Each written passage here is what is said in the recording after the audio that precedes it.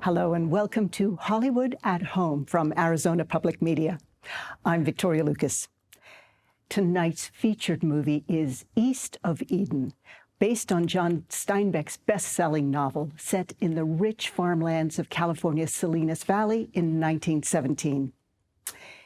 It's the story of two brothers with very different looks and personalities, born into a family riven by jealousy, vindictiveness, and scandal.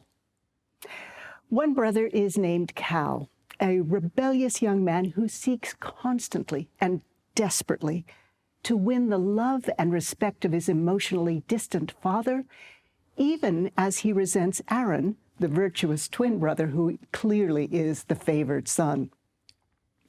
Ultimately, this jealousy will lead to conflict. And yes, this is the film that introduced James Dean to audiences in his first leading role, a casting choice that in some ways changed American culture. Now, I'll have more to say about that later. The movie is directed by Elia Kazan, then at the peak of his career. He'd won 2 Tony Awards for Broadway productions, received an Oscar for 1947's Gentleman's Agreement, and his most recent film, On the Waterfront, was a popular and critical success that would go on to win him his second Best Director Oscar. Kazan had become good friends with author and screenwriter John Stenbeck when they worked together on Viva Zapata in 1952. And Stenbeck gave him the manuscript for East of Eden before it was published. Kazan immediately responded to the theme of a misunderstood young man going up against his father. As he said later, this was a very personal film for me, a kind of self-defense. It was about my own strained relationship with my father.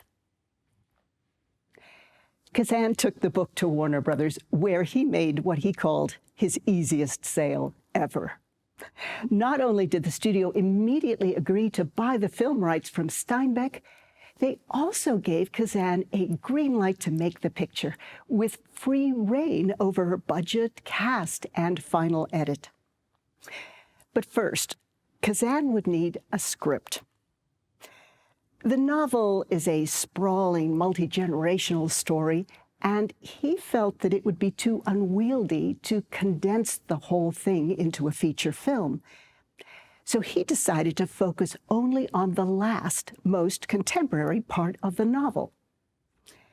Luckily, the notoriously thin-skinned Stenbeck trusted Kazan's plan and readily agreed, though he himself would not do the adaptation. For that, Kazan chose screenwriter and playwright Paul Osborne, whose credits included The Yearling and Portrait of Jenny.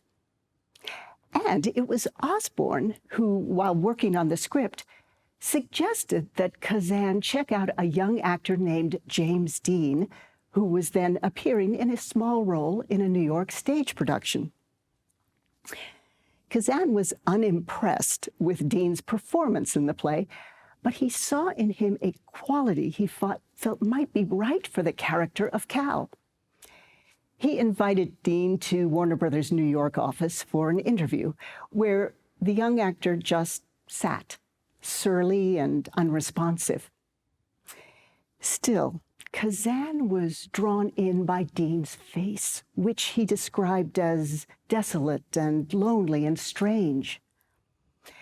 He later wrote in his autobiography, "I called Paul Osborne and told him that guy actually was Cal.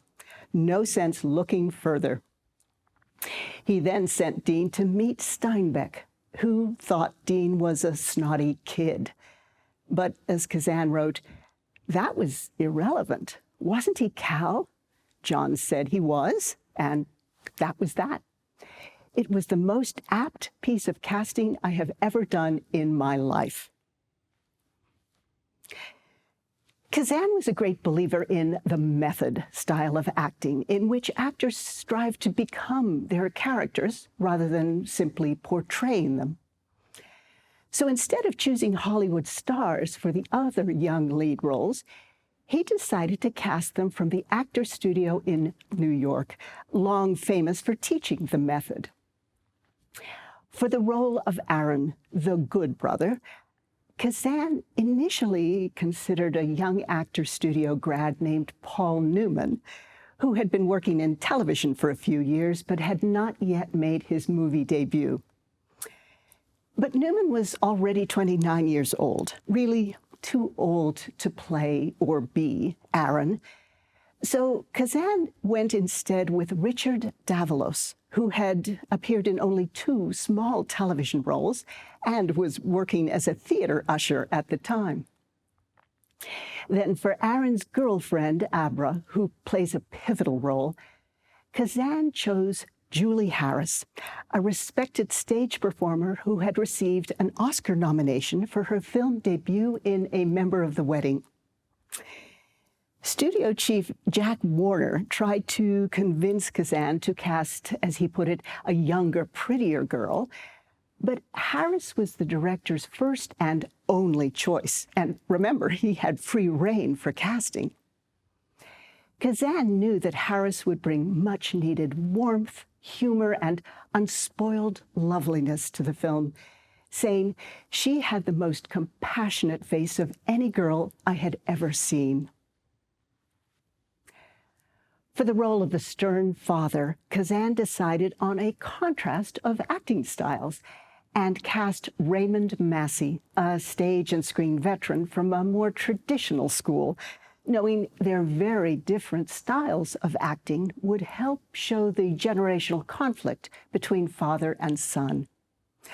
And Tony Award winner Jo Van Fleet, also of the Actors Studio, made her screen debut as Kate, the owner of the local brothel who hides a terrible secret. Principal photography began in May 1954 with interiors shot on sound stages at Warner Brothers and exteriors on location in the Salinas Valley and the Northern California town of Mendocino. It was a difficult shoot for everyone involved. James Dean could be moody and unpredictable on the set. He often didn't know his lines, and he would improvise dialogue differently on each take. Raymond Massey became frustrated with the young actor, feeling he was unprofessional, and the two clashed openly. But Director Kazan didn't interfere, later saying, "The screen was alive with precisely what I wanted. They detested each other." The only time Kazan did step in was once or twice when he noticed Dean treating the crew disrespectfully. And Kazan credits Julie Harris with helping to smooth things over, saying, "I doubt that Jimmy would ever have got through filming without her. She was goodness itself with him, kind, patient, and everlastingly sympathetic." When they were on screen together, she would help him as a fellow method actor by adjusting her own performance to his improvisations.